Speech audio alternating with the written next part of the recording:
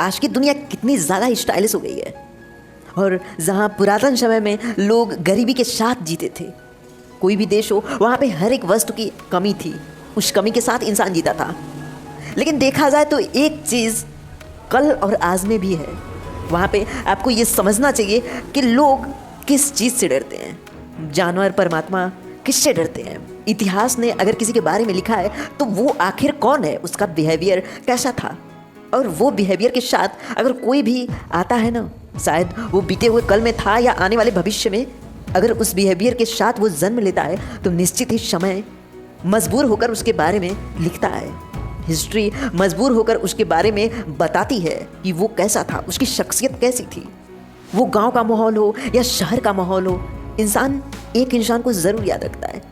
या तो वो बेहतर हो, इतना बेहतर ना कि अगर ईश्वर के समक्ष भी खड़ा हो जाए तो अपने सत्यता पर इतना विश्वास हो उसे कि वो आंखों में आंखें डालकर ईश्वर से ये बोल सके कि मैं सत्य हूँ, मैं कहीं से भी गलत नहीं हूँ। दुनिया या तो उसके बारे में जानती है या उसके बारे में जानती है जो बिल्कुल गलत है। यही दो ऐसे शख्सियत है ना जिससे इतिहास भी डर रहा है और आने वाला भविष्य भी डरेगा ही। या तो तुम बुरे रहो तो इतने बुरे रहो कि तुम में अच्छाई का एक भी गुण नहीं होना चाहिए, और अगर सही हो तो इतने बेहतर होना चाहिए, इतना सही होना चाहिए ना कि तुम में असत्यता का मार्ग कहीं से ना दिखे, तुम असत्य के प्रति कभी भूले ही ना हो, तुम सत्य के साथ हमेशा खड़े हो।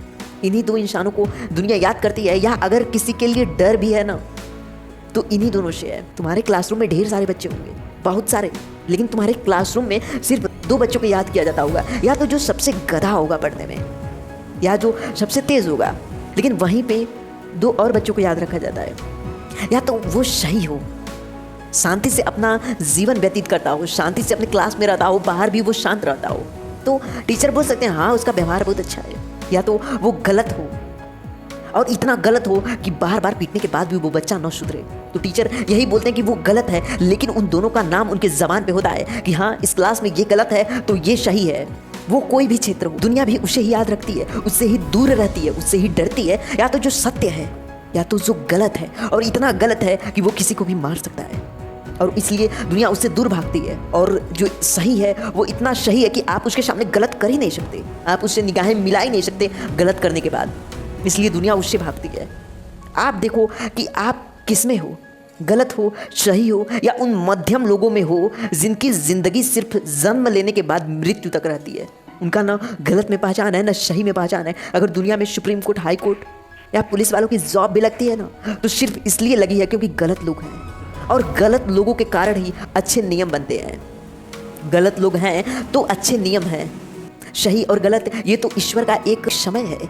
सही है इंसान तो गलत भी है। सिक्के के दोनों पहलू एक समान नहीं हो सकते, दोनों तरफ हेड नहीं हो सकता। एक तरफ हेड है तो एक तरफ टेल है, एक तरफ बुराई है तो एक तरफ अच्छाई है। आप देखो कि आपकी ज़िंदगी किस में जाती है, वो उन मध्यम लोगों में जाती है जिन्हें नहीं याद किया जाता है, या उनमें जाती है या तो आप बुरे रहो या तो अच्छे रहो, और अपने मार्ग में इतना आगे रहो कि आप जैसा कोई ना हो, आप जैसा बुराई किसी में ना हो, और अगर अच्छाई है तो आप जैसा अच्छाई किसी में ना हो।